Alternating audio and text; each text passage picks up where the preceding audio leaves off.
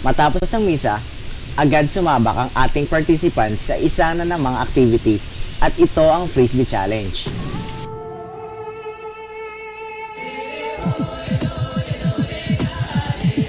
Kasabay ng oras na iyon, nagaganap ang camp inspection. Una nilang pinuntahan ang Girls Camp.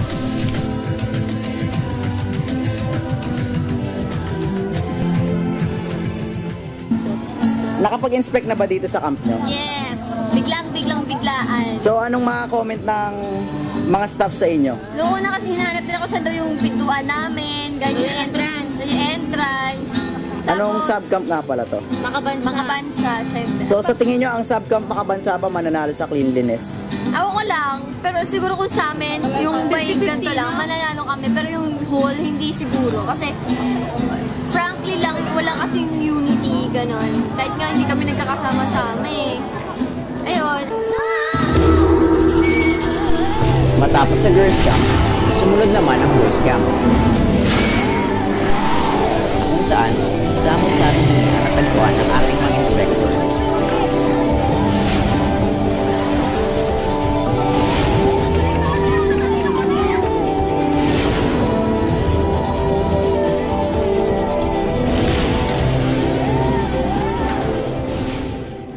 Yung sa nangyari kanina yung inspection, anong masasabi nyo? Bakit kayo nagulat? Kasi ang gulo ng gagamitan namin eh. Unexpected. Hindi namin napansin na, hindi namin alam na magkakaroon pala ng inspection. So sa tingin nyo, mananalo ba ang subcamp na to sa kalinisan? Pwede rin. Kaya namin linisin. Hindi naman masama. Kaya namin linisin to. Bigyan lang kami ng konting Matapos ang camp inspection, tinanong ko ang mga inspector. Okay, so tungkol sa cleanliness and orderliness, so yung sa subcamp makakalikasan, ang isa sa napansin namin na sumunod sa pamantayan. At pati na rin yung sa subcamp ng lalaki na makakalikasan, parehas sila na nakasunod ng medyo sa cleanliness and orderliness. Kung ikukumpara yung apat na subcamp, halatang halata na napakalayo ng subcamp makakalikasan kumpara sa tatlo. Sa layout, sila lamang yung subcamp na may maayos na layout. At napakalayo ng puntos kumpara sa tatlo. Cleanliness, sila lang din yung talagang nasa standard. Hindi kumpara sa iba na malayo pa, halata mo na yung kalat. Orderliness, ganun pa rin. Makikita natin na maayos at organize yung subcamp kalikasan. Okay, yung nakita ko dun sa camp inspection kanina, for the good points, nakitaan ko yung camp kalikasan, malinis yung area nila, meron silang ground na pwedeng pagdadausan ng meeting at pagdadausan ng conference. Tapos yung tent nila na medyo nasa ayos din ang construction o ang layout.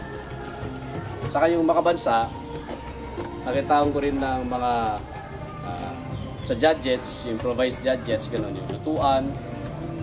Meron silang hinukay, lagyan ng bato, tapos paglulutuan nila. Isa yung kasi sa dapat na makikita sa mga Boy Scouts ngayon, sa Boy Scouters, na dapat kahit saan sila ay makakagawa sila ng improvised na paglulutuan nila o makasurvive kumbaga man sa bundok. At isa pa, meron silang tripod na mostly sa pioneering namin, nalagayan nyo ng mga kaldero o utensils o pwede rin lagayan ng leftover foods. At saka dun sa camp naman ng boys, mostly marami kami nakita dun na ganun din, mga gadgets, naghukay sila ng lupa rin. Anyway, tapos meron yung sinatabi namin na kahoy, dalawang kahoy, yung tripod na kahoy na paglulutuan. Tapos meron din kami nakitang mga improvised na sampayan, dalawang kahoy din, nalagyan ng kahoy na pang nila sampayan. And sa bad points, most of them ay hindi umiwas dun sa basurahan. Nakakapit sa kanila ang basura. In which, yun ay tinuturo namin sa kanila na dapat iwasan nila or yung nakakibat sa kanila basura. Kasi tinuturan na namin sa mga scouters ay ang cleanliness. Maraming salamat po. Muli, ako po si Scouter Jack Alut ng Kupang Elementary School.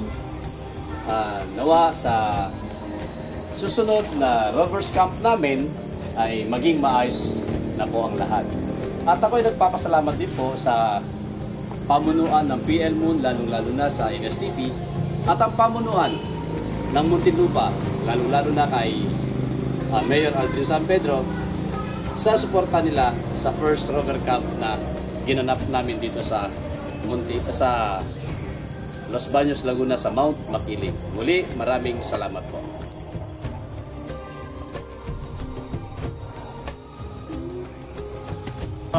Yung mga ugali nila, no? Talagang nakakaya sila.